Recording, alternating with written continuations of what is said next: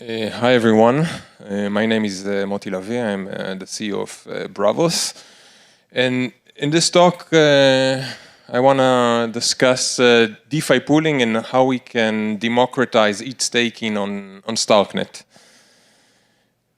So first, maybe we'll start with a fundamental statement about ETH staking, or at least what we believe ETH staking to be, and this is the risk-free rate on the Ethereum ecosystem.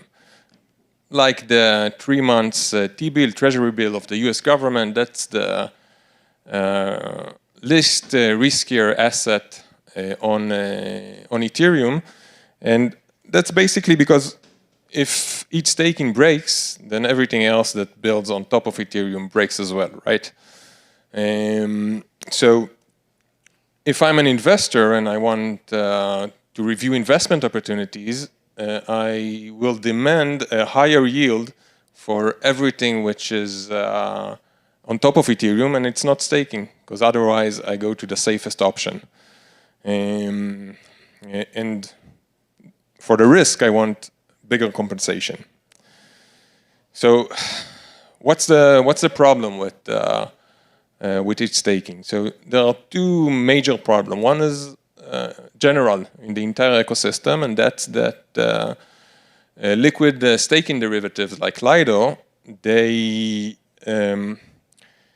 do some sort of democratization of staking, because you don't have to come with 32 ETH, but still you need to come with a substantial amount, so the gas fee won't eat your entire yield, right? Because if you pay $20, $30, $50, even if in this bear market for staking your ETH, then coming with $1,000 investment is completely not profitable. So someone who wants to DCA into ETH staking can't really do that.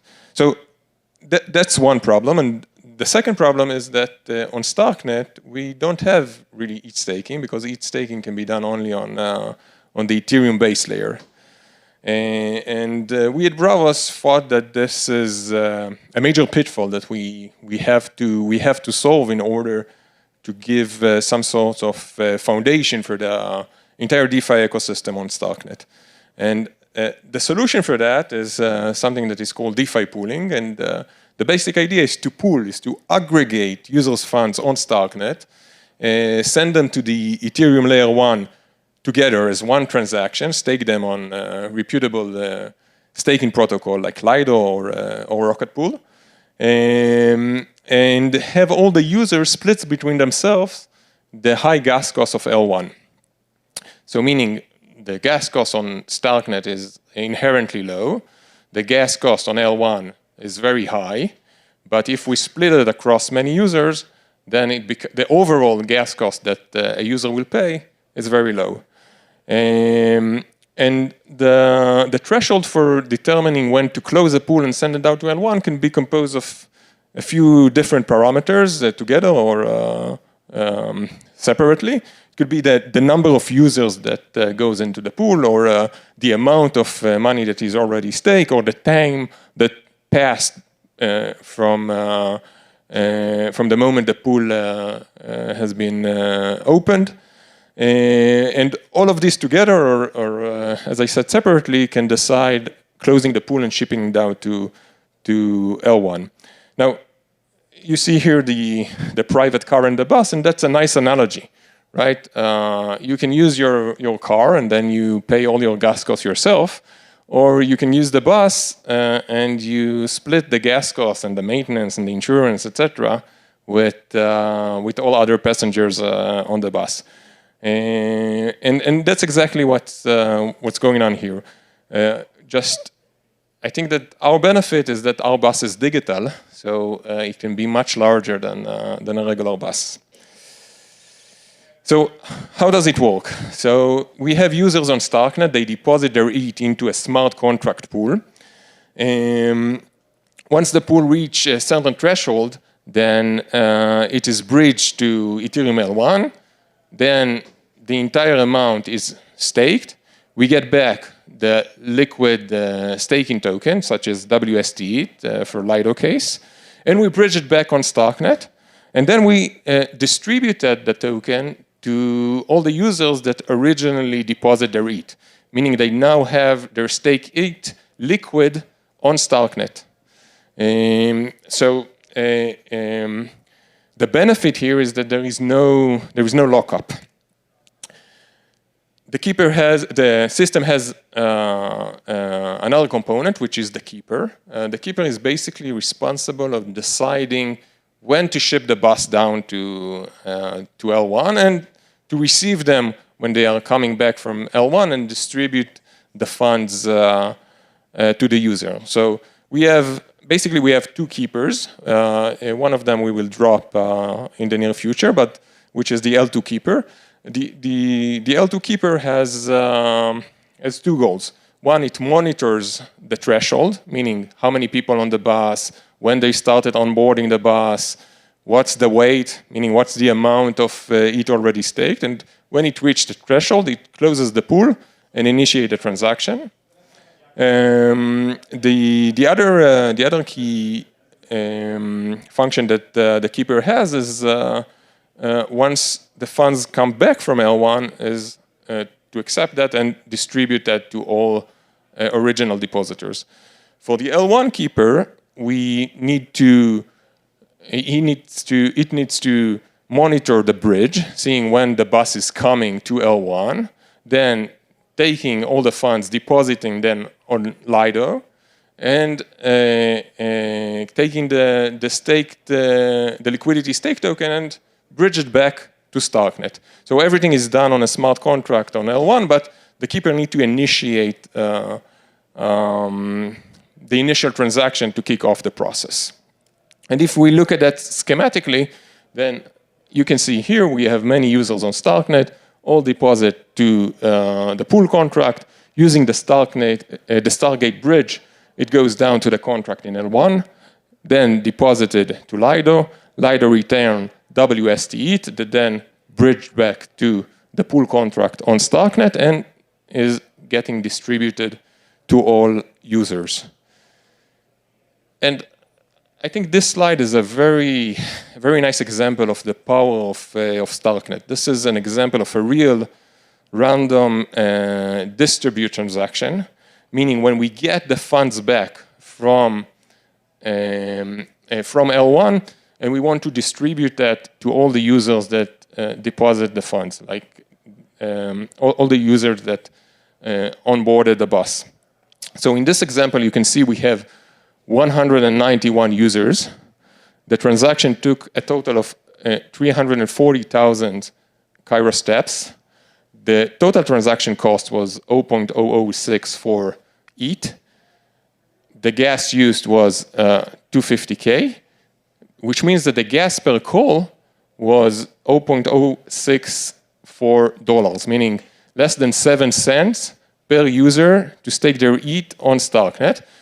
And even cooler than all of this multi-call that distributed in one transaction all the funds to 191 stakers took less than 0.3 seconds, which is kind of amazing in terms of scaling when you think about that. And overall, when we compare how affordable it is to stake on StarkNet compared to staking on Ethereum, staking through Bravos compared to staking through MetaMask, for example, then we see an order of magnitude cheaper cost to stake on StarkNet compared to L1, and here it's 30x. Well, the actual meaningful cost is the StarkNet transaction, because the StarkNet initial transaction of deposit is the only one in the process that is not being divided by all the passengers on the bus. In our previous example, it's not divided by 191 because each depositor makes the transaction on its own. So that's the major cost, and on top of that, there are a few cents depending on the size of the bus, whether it's 191 or 500 or 1,000. But if you think about that, and circling back to the beginning of my talk, then investing amounts as low as $100, $150, $200 suddenly become economically viable because you don't lose all the yield that you get from staking. You don't lose that on paying gas cost. So we introduced staking in ETH, I think a month ago, and together with that, we introduced another product, which is called Staking Boost. So not only that you can stake your ETH on StarkNet, you can now boost the yield that you get. And the idea here is to do a double compounding mechanism. What does it mean? It means that we want to stake the ETH on L1, which earns us yield, and then taking the liquidity token that we are getting and try to get another yield from that as well. And basically, the way that it works is that we split the original deposit. So let's take an example, and to make sure it's clear, let's say that I wanna invest 2 ETH. 1 ETH stays in the smart contract on StarkNet. Another ETH goes down to get staked on Ethereum. The WST ETH comes back to StarkNet, and now we have in the smart contract we have our original 1 ETH and the WST ETH that went back from L1 that is also worth 1 ETH, and we put both of them together as a liquidity provision to an AMM. In our case, it's MySwap, to a pool which is ETH WST ETH. And that allows us to earn fees not only on staking our ETH, but also from swapping in the pool itself. Now, the cool thing here is that since ETH and staked ETH are relatively pegged, right? We know in advance how they will move towards the year, then the risk here for impermanent loss is quite minimal. So you get here almost a win-win-win kind of situation. And since we launched this product, like the APRs, the yield is amazing. It's like double figures, very high. It will eventually go down, but still, it's kind of amazing. And of course, we allow you to track your investment. So our entire thought around this feature is to allow what we call one-click earn yield. So what I've just described is quite complicated for an average user, right? To stake their ETH, to split it, to provide it as liquidity, both token in a liquidity pool, in AMM, etc.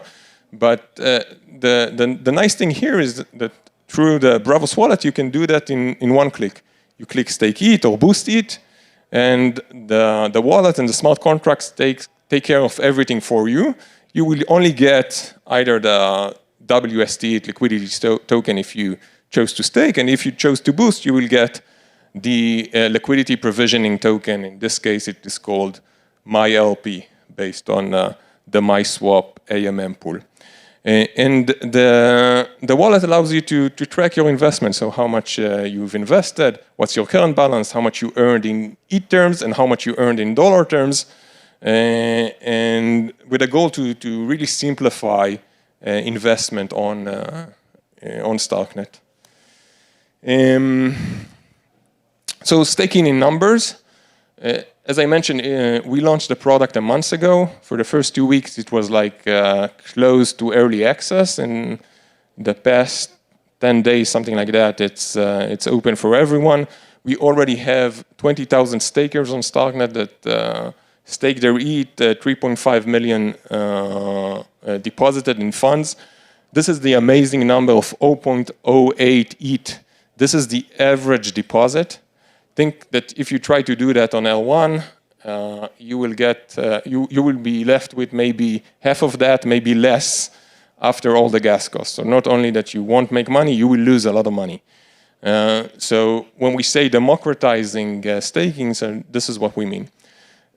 More than 220, maybe 250 buses went down to L1, and went up to L2. And the average latency latency that it takes for a batch to get closed and sent to L1 is 3 hours. So that's what we pay. Yeah, if we go back to the private car analogy, with a private car, you go into the car, you drive, and you get as fast as you can to where you want to go. With a bus, you wait, there is a few stops, etc., but it costs significantly less. So that's the trade-off. You don't get your transaction immediately. You need to wait for the round trip, Starknet, L1, and back to Starknet. So to summarize, DeFi pooling on Starknet, I think really can democratize its staking. DeFi pooling on Starknet can democratize more investment opportunity, and it can really bring the core project of L1 to Starknet users with minimum cost, and as it is written here in the slide, offer economical and accessible solutions even to small investors. That's it. Thank you.